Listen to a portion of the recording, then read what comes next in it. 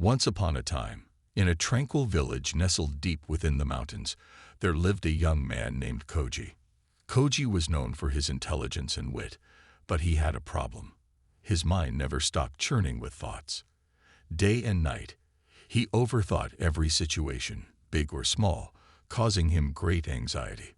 Frustrated with his restless mind, Koji decided to seek the counsel of a wise Buddhist monk, Master Iin. Master Iin was renowned for his ability to calm troubled minds and offer profound insights.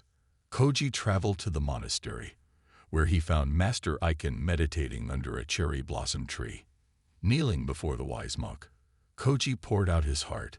"Master Iin, my mind is a relentless storm of thoughts. I cannot find peace. Please, show me a way to stop this constant overthinking." Master Iin smiled gently and gestured to a cup on the ground. "Koji, I will help you, but first, let me serve you some tea."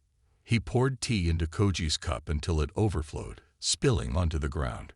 Koji watched in bewilderment as the tea continued to pour, unable to contain itself. "Master, the cup is already full. It cannot hold any more tea," he exclaimed.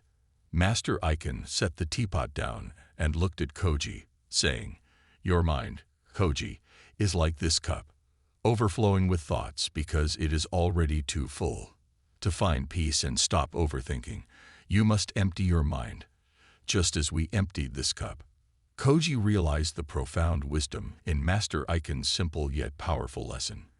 He began to diligently practice meditation, gradually emptying his mind of the constant stream of thoughts that had tormented him for so long. With time and patience, he found inner peace and a sense of calm he had never known before.